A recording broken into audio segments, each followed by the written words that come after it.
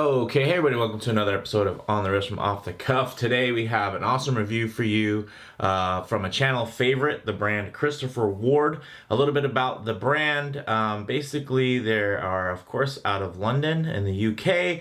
They are really, I'd say, more of a boutique brand now and kind of have ascended beyond just the simple term of micro brand. But of course, if I was to classify this as mainstream versus micro, this would be more on the micro side. But Christopher Ward's been super successful, and I'd say have almost built a blueprint of what to do, and almost even in some cases what not to do when trying to start your own independent brand. So, of course, looking at these particular watches, you can tell the particular type of watch these are dive watches.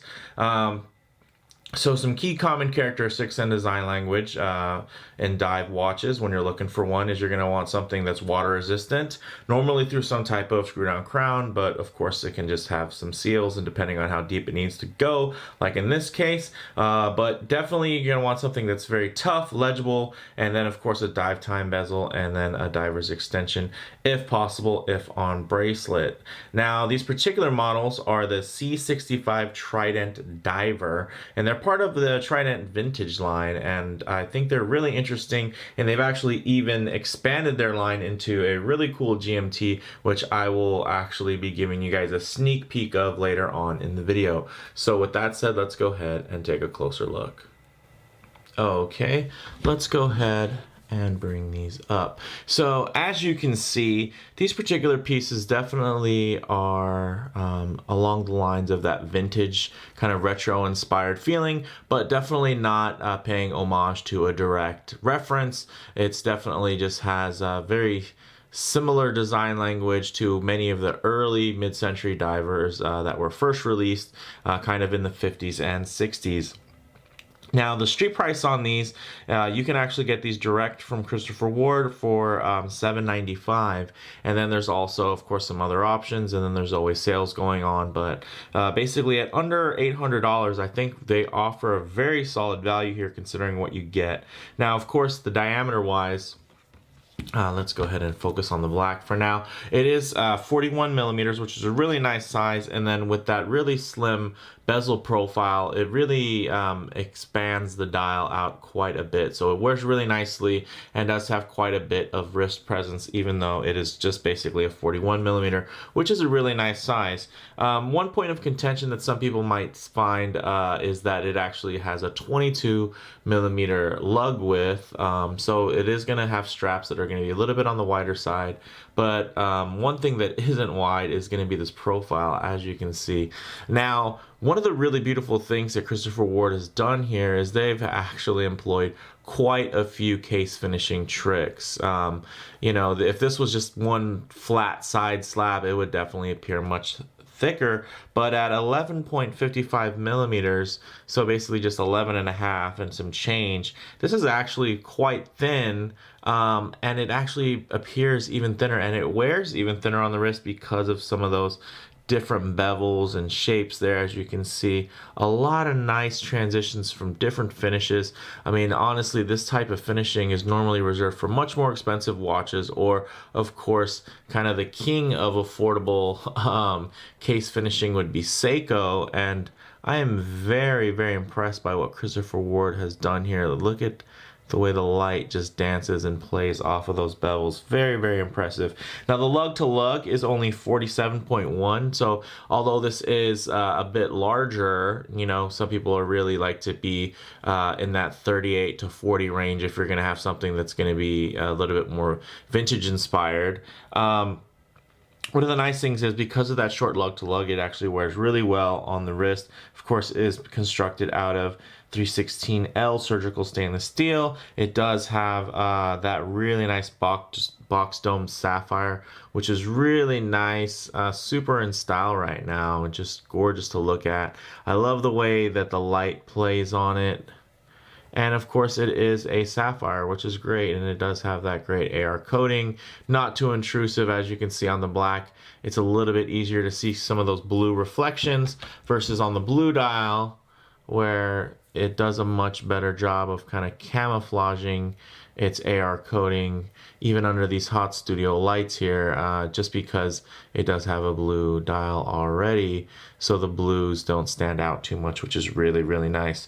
Luckily for us, we do have both color combos here, and we do have different strap options as well, but there are also a couple other strap options that aren't pictured here, but you can go ahead and check out their site for that.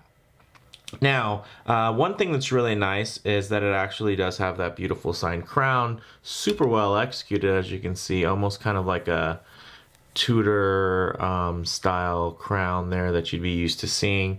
Really nice coin edge bezel on there, and then you do have 120 clicks. A little bit tough with my gloves on, from these grasping points anyway. But really nice action, very smooth, very deliberate. Not too not as quite as tight as the C60 Trident, their professional diver, but definitely does the job and by no means feels sloppy, which is definitely a plus. Now, one interesting thing is, although this is a beautifully done and executed sign crown, it's actually not screw down. This is actually only 150 meters water resistant, and it actually is able to, withstand that water resistance there with just the use of different types of seals. So really nice quality. Of course, this isn't something you're going to be trying to take on some super deep dives anyway, but it's definitely going to be waterproof and ready for water sports and whatnot. So really well done, finally executed there. Look at that great case back. They even went for the more vintage style there, and you can even see these really nice quick release knobs there for everything, as far as Christopher Ward goes, fully branded. They didn't just take some off the shelf strap. Everything is really custom done for them and branded, signed. Same goes for this beautiful rubber. It's one of my favorite rubber straps in the industry right now as far as OEM rubber straps go. At least in the affordable range, it is just really, really quite impressive and very, very nice. Now, inside is another kind of controversial choice. These are actually powered by mechanical movements. So they're hand winding, and it's actually the SW210. So these aren't automatic movements. You actually can just wind them up, and that's actually how they get a lot of their thinness without raising up the price, because Christopher Ward didn't have to put in an SW300 or an ETA 2893. So definitely really nice that they were able to do that, and I think it does offer something a little bit different to the market that's not really out there. And then, of course, since it's just hand winding, there's not a rotor swinging around, which means it's one, it's gonna be a little bit quieter, of course, and then you're also less moving parts, which means less things to break and fail. So that's also a pretty nice idea from that standpoint. Now, as far as the dials go, they are these beautiful matte dials, as you can see, really smooth, but not glossy at all. You have the really great branding there. Of course, another point of controversy, but here, as you can see, the 12 o'clock isn't completely devoid of any type of symbology besides the number 12.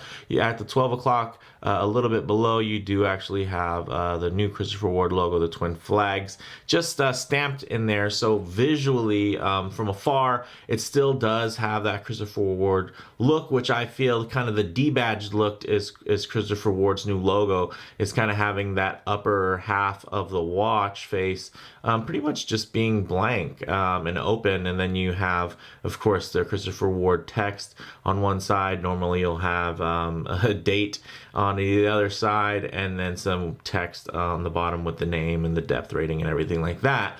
So in this case, it's definitely a very smooth and bold look. I do like the fully indexed bezel. It definitely reminds me of a kind of a more military style theme, which I think really works in this case, especially with these color schemes, which definitely harken back to kind of that faded old radium lume that you've seen very much popularized in the last couple of years. Now, of course, with that 15 atmospheres or 150 meters water resistance, you do have a screw down case back.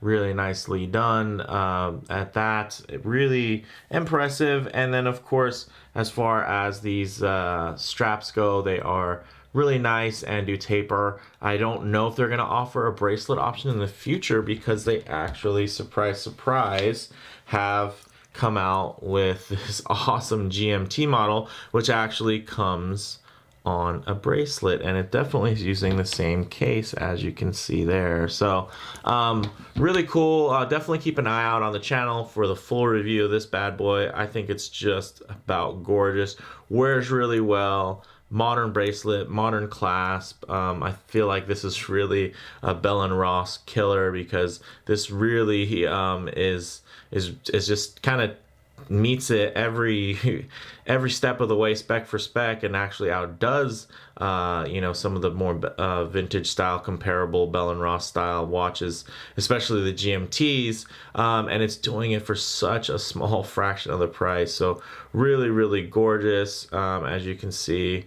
Really nice evolution here. But I would think that, of course, the straps are going to fit and be interchangeable. I would think that the bracelet also fits as well. Really nice. And then just a quick comparison if you want to take a look. The it looks like the Lume is actually a bit different as well. We're here, we have more of kind of that orange tint to it. This on this side is going to be more that kind of ivory or bone finish there. Let's compare it even to the blue.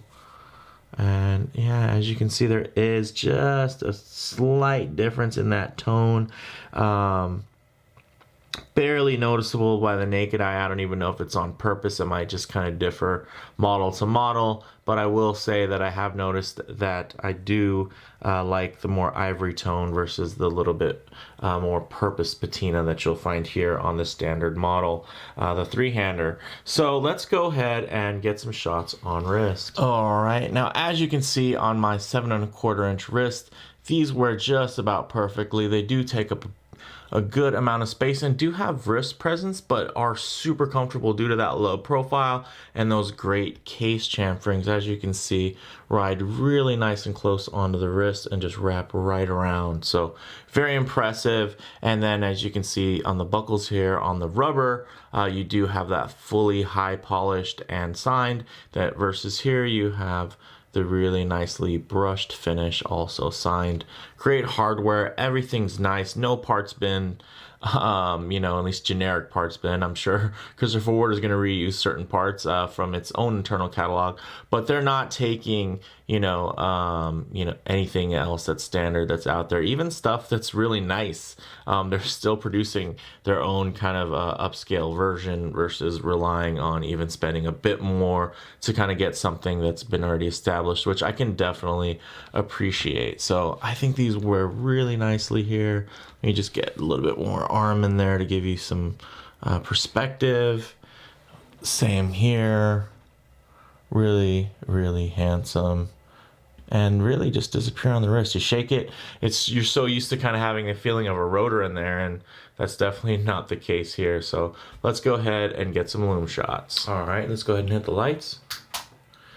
So as you can see, the Lume is definitely quite nice, but you know, it's not C3, it's not BGW9, it is the old radium Lume, which isn't really known for its brightness. So as this video progresses, you'll probably start noticing a slight fade there. And then of course it is just printed versus being applied, so it's not super thick or anything like that. So by no means would this be considered a Lume beast, but it definitely holds its own and gets the job done. But while we're here, let's go ahead and get some low light transition.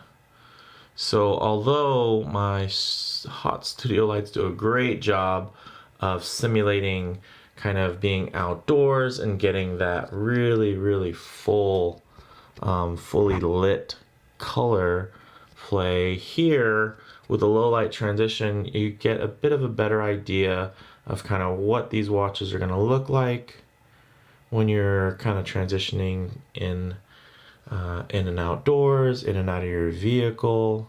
And another nice thing is it does give you a nice idea of the finishing there. As you can see, the way the light just dances off of the sapphire and that great vintage style aluminum insert there on the bezel.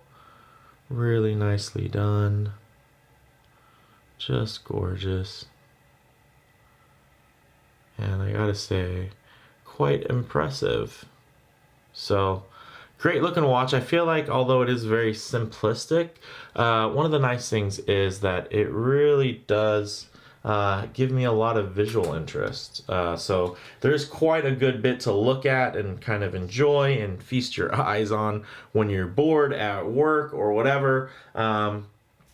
So, you know, closing thoughts on the wrist. It really just wraps right around there. You know, it just hugs the wrist so nicely and definitely wears much and sits and rides much closer than the classic C60. Now, it also has really great proportions, although they are also different from a classic C60, which I still really enjoy. But I think that definitely has a profile a lot closer to, let's say, something more comparable like the Omega Seamaster Planet Ocean, which is also 600 meters water resistant, like the Christopher Ward C60 Trident Pro. But here you're going to have a much slimmer outline and silhouette, which rides really close to your wrist. And it's something I'd say would be more akin to kind of somewhere maybe in between a Seamaster Professional and and maybe a Tudor, because it definitely does have a very similar silhouette there to the Black Bay, at least head on. Of course, the case finishing and everything like that is much more detailed, so is really nice from that standpoint. But I'd say, you know, the thin bezel and the more expansive dial, and then of course the crown definitely does have those kind of hints of Tudor. I'd say some comparables you could really put this up against would be something like the Oris Diver 65, and then of course all those Bell and Ross style divers, which I think are definitely going for the same aesthetic when it comes to having kind of the similar dome sapphires, similar proportions, a little bit plussed up in size, but also, you know, with some added sleekness in mind. So I'd really say that the bottom line is there's definitely a lot to love if you're really going for that vintage retro aesthetic, and I gotta say I was very impressed by these. So let me know what you guys think in the comments below, and if you liked the video, please do hit like, and if you haven't already, please do subscribe for more content just like this. Thanks, guys.